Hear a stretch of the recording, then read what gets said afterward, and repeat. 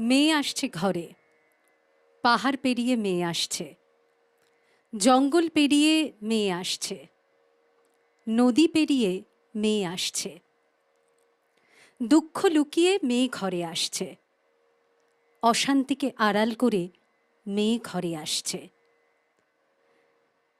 আমরা সবাই মিলে জিজ্ঞেস করলাম, ও মেয়ে, তোর হাতের মুঠো খোল দেখি, কি এনেছিস আমাদের জন্য? মেয়ে মুঠো খুলে দিল। আমরা দেখলাম মেয়ের হাতের মুঠোয় আলো।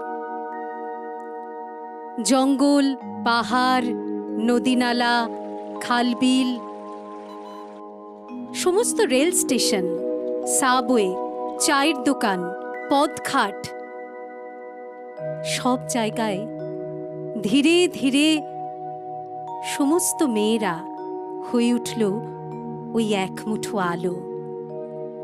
ওই এক মুঠো আলোই আমাদের মা দুর্গা। তিনি আসলেই এত আয়োজন, এত আড়ম্বর। তাকে অভিবাদন জানাই আমরা।